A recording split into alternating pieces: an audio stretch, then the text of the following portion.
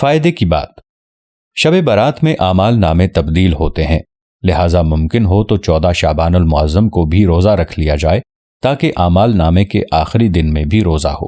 14 شعبان کو عصر کی نماز باجماعت پڑھ کر وہیں نفل اعتکاف کر لیا جائے اور نماز مغرب کے انتظار کی نیت سے مسجد ہی میں ٹھہرا جائے تاکہ اعمال نامہ تبدیل ہونے کے آخری لمحات میں مسجد کی حاضری، اعتکاف اور انتظار نماز وغیرہ کا ثواب لکھا جائے،